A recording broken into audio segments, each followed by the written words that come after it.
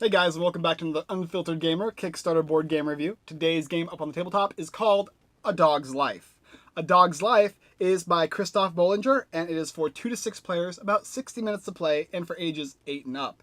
In A Dog's Life, you're going to be choosing a dog, as well as giving him food, and your objective is going to be to go around the board and collect bones. After you collect bones, you're going to be trying to put them back into your lair or your place of origin, and you're going to bury them. You need to collect 3 in general, but there's other things you can do throughout the game. Maybe you want to deliver newspapers or fight other dogs. Perhaps you want to claim your territory by peeing on different lampposts, as well as going into restaurants and begging.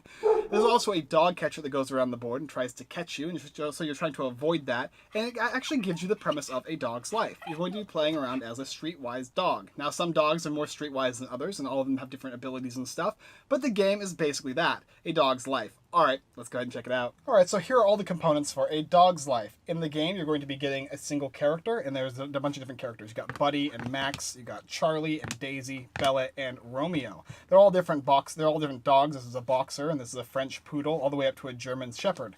And they all have their own unique individual decks. These decks will represent different things that will happen to you throughout the game as you choose to take certain actions on certain spaces on the board.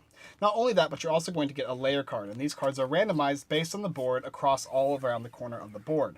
You're going to start off in those positions, and you're going to keep this card to be shown when you're going to be burying different bones. Throughout the game, you're trying to get bones, and you're going to gain bones from either going to different places like the restaurant and so on and so forth, as well as a food tracker on these charts here. Now, this dog here has a hunger tracker, and it starts at 4, and it'll slowly go down throughout your turns, and if it goes to 0, you'll starve, so you have to try and keep your dog fed throughout the entire time.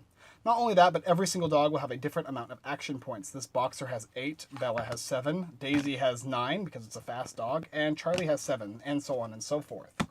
Not only that, but you're also going to get different character dogs, just like this, a nice little representation of your character, as well as the pound or the dog catcher who's going to start in a certain space and move around.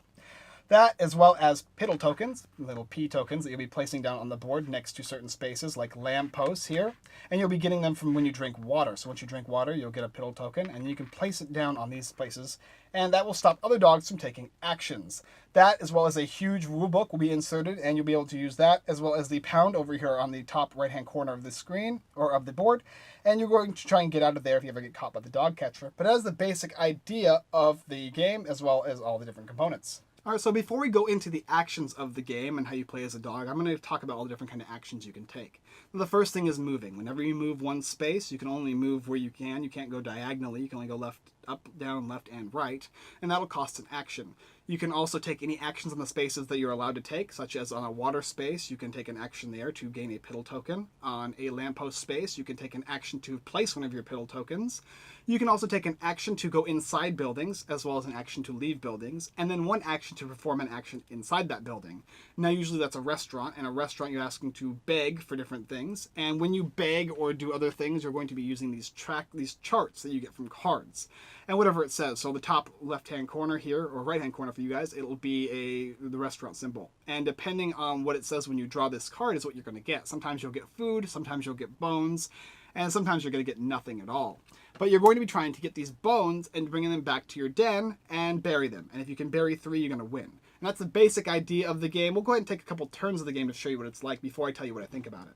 Okay, so here's the setup for A Dog's Life. Every single player has their character card here represented by the different actions or how many actions they can take. They have a food track or a hunger track that they have to start on 4, and every turn at the beginning they're going to be going down, as well as a player deck and their den cards. The den card will actually match up with the location of where the dog is at. So these cards here, not here, they're actually put down in here. So that this dog here has this space here, and Bella over here has this space, which is over here.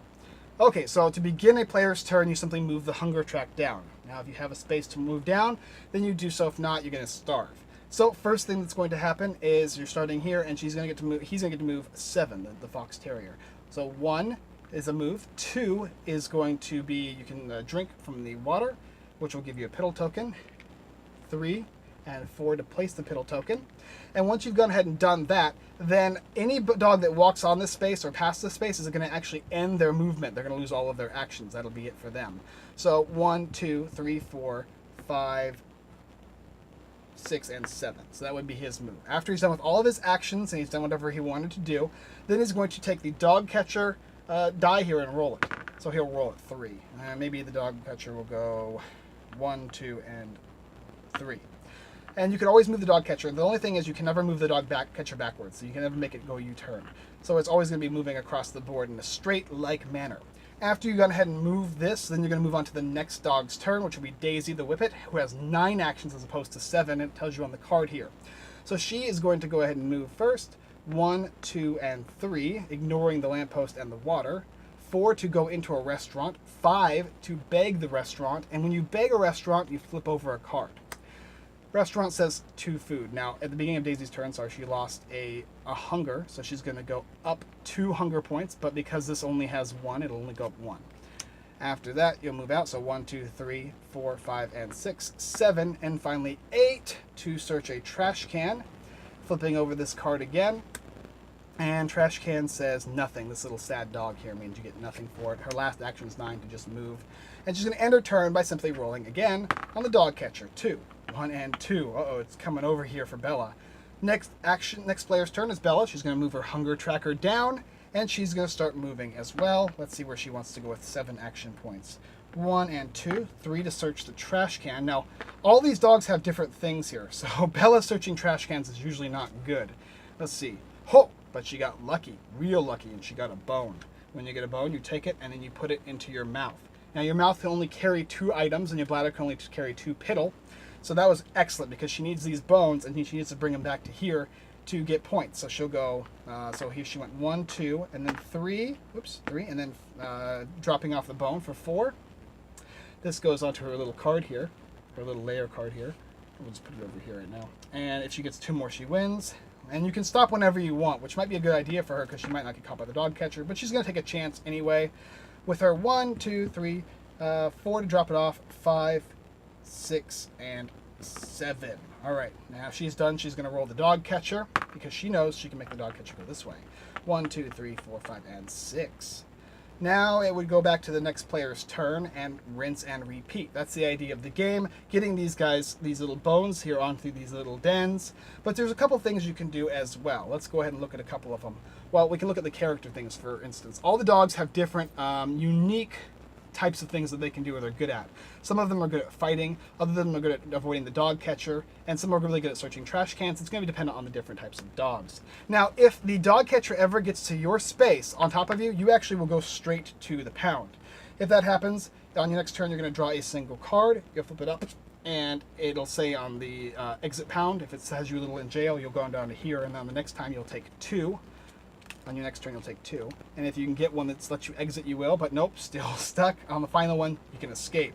Now, what it looks like to escape is going to be, oh, this poor dog cannot escape the pound very easily. This little here, right here. And it shows you a little exit.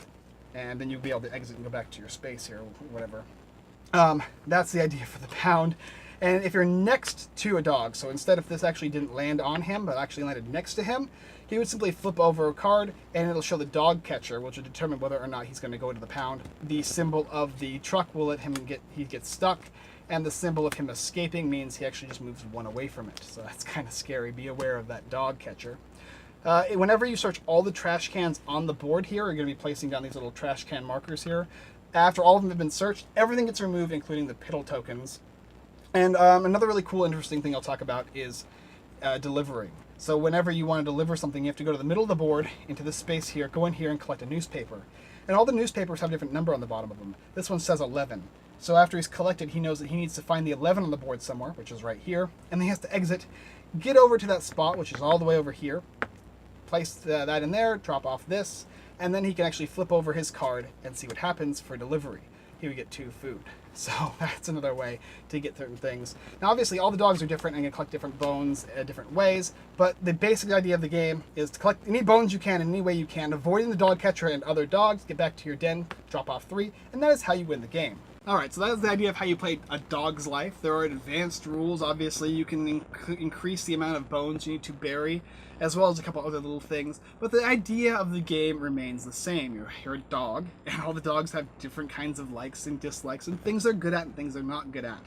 Like, I didn't even talk about fighting. If you go next to a dog's space, you're going to flip over the cards, and this poodle versus maybe we'll use the Fox Terrier, you'll flip them over and you'll look at the fight symbols here. And if they are the same, nothing happens. If one is bigger than the other, then that would mean that one of the dogs is going to have to drop all their items and move a space away. To which case, the other dog who won the fight could take the items and escape with them, which is cool. Or vice versa, if the dog who is being attacked actually defends itself, the other dog will actually end its turn.